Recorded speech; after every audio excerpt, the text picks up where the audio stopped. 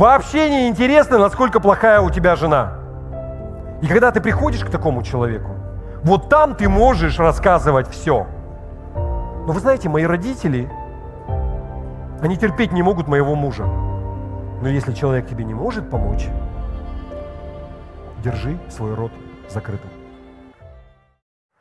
Вот сейчас я бы хотел увязать вообще все, что мы узнали, все, что я рассказал, как это вообще относится к семье и как это относится к браку.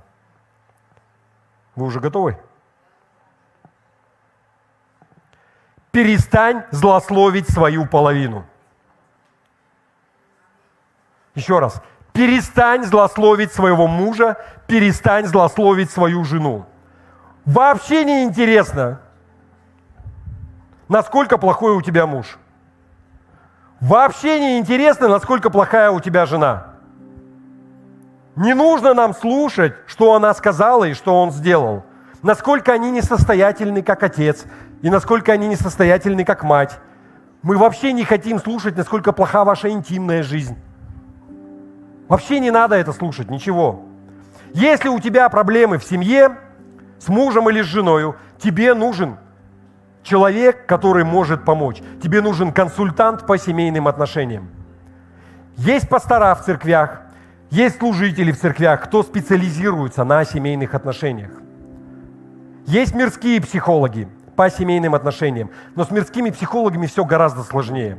Отрасль только становится еще, я прямо не знаю, я не слышал хороших отзывов вот от близких людей, от мирских психологов, потому что часто они заточены на то, чтобы ты пришел еще раз, занес еще денег, либо они просто некомпетентны, там какое-то непонятно какое образование, и те советы иногда. Бывают люди, я прям, не хочу бросать камень вообще в эту сторону, но когда ты что-то, например, у тебя сломалась машина, мужчины, ты ищешь лучшего мастера в городе, там специалист по коробкам, там 1-2 их на весь город, я просто так не поеду куда-то там отдавать.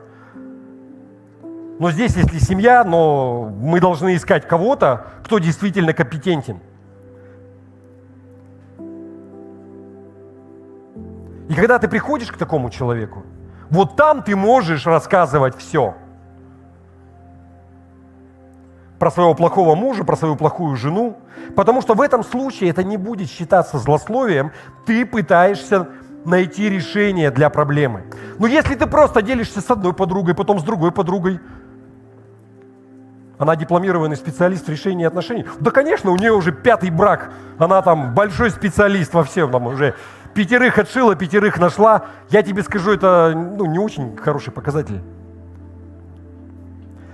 Женщины часто путают мягкое с теплым, и просто если человек, он готов выслушать, они думают, что он уже специалист. Он вообще не специалист. Просто у нее все внутри.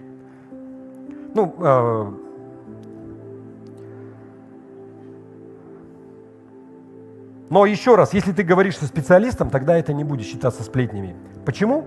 Потому что консультант, он часть решения проблемы, если это действительно специалист в этой области.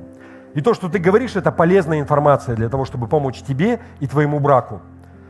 Но когда ты ходишь то к одной подруге, то к другой подруге, то один друг, то другой друг, и ты рассказываешь, какая у меня ужасная жена или какой у меня ужасный муж, это злословить и сплетничать.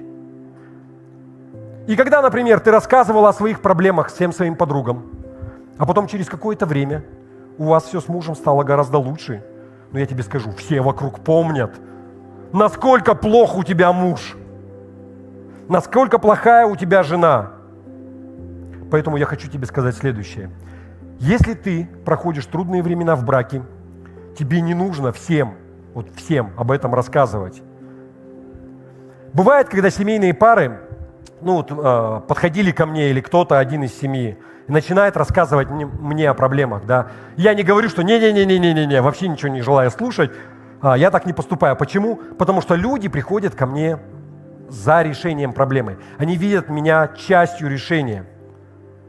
Они хотят, чтобы я послужил. И мне нужно это услышать. И я стараюсь помочь. Но смотрите, внимание, я предупреждаю, я не дипломированный специалист в области семейных отношений. Потому что в семинариях есть прямо специальность.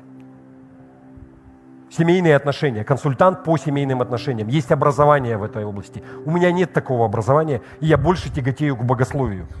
То есть это разбор слова, писания и так далее. И, вы знаете, мы здесь учились у нас в семинарии, причем это даже это не высшее образование, да, мы там 3 года учились. То есть это как бы такое базовое, которое позволяет мне, например, занимать должность пастора в церкви. Да? Но есть прямо специалисты. Я могу, конечно, у меня есть какой-то опыт, дожив до седых волос, сохранив брак, отпраздновав 25 лет совместной жизни, вырастив 3 детей, я могу чем-то поделиться, я могу судить о том, мы до сих пор живые, не убили друг друга. Я могу посоветовать, как этого не делать, да, если у тебя возникает стойкое желание.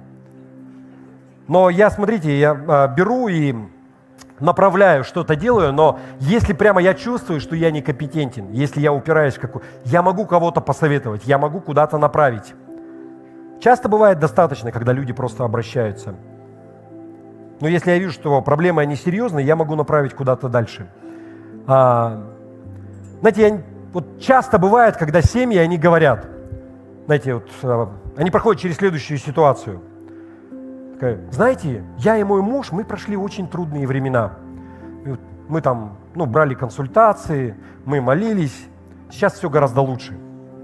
Но вы знаете, мои родители, они терпеть не могут моего мужа. Конечно. Ты же рассказывала все плохое про своего мужа своим родителям, а ты их дочь, и они твои родители. Как ты считаешь, они должны к нему относиться? Конечно, они думают, что он придурок. И он будет придурком для них. Все это, ничто уже не изменит эту точку зрения. Из-за того, что ты делала. Из-за того, что ты злословила его постоянно. Ты сливала это все туда. Ты разрушила его репутацию в глазах родителей.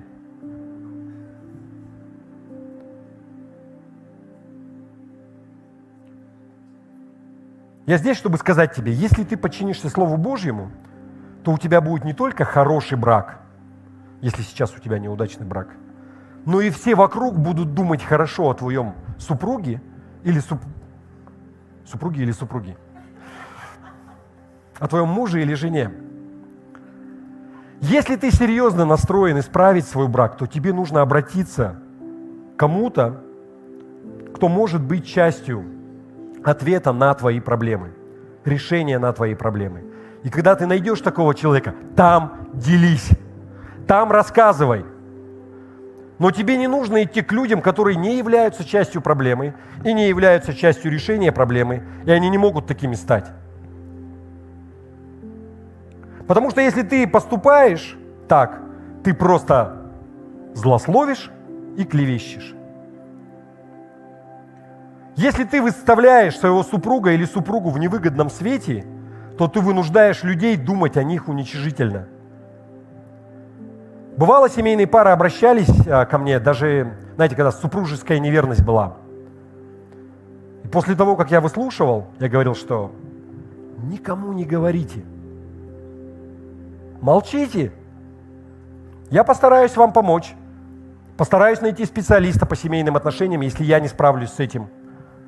Но запомните, если вы будете рассказывать людям, то через много-много лет, когда у вас будет юбилей свадьбы, и все будут дарить цветы и улыбаться, но будут говорить, да, но она же изменяла ему. Или да, но он-то изменил ей. Люди все еще будут это помнить. Почему? Почему люди будут это помнить? Да потому что люди, они обожают вот эти все сочные слухи про всех собирать. Я хочу сказать тебе, если у тебя проблемы в браке, найди того, кто может тебе действительно помочь, и говори с ними. Но если человек тебе не может помочь, держи свой рот закрытым. Аминь.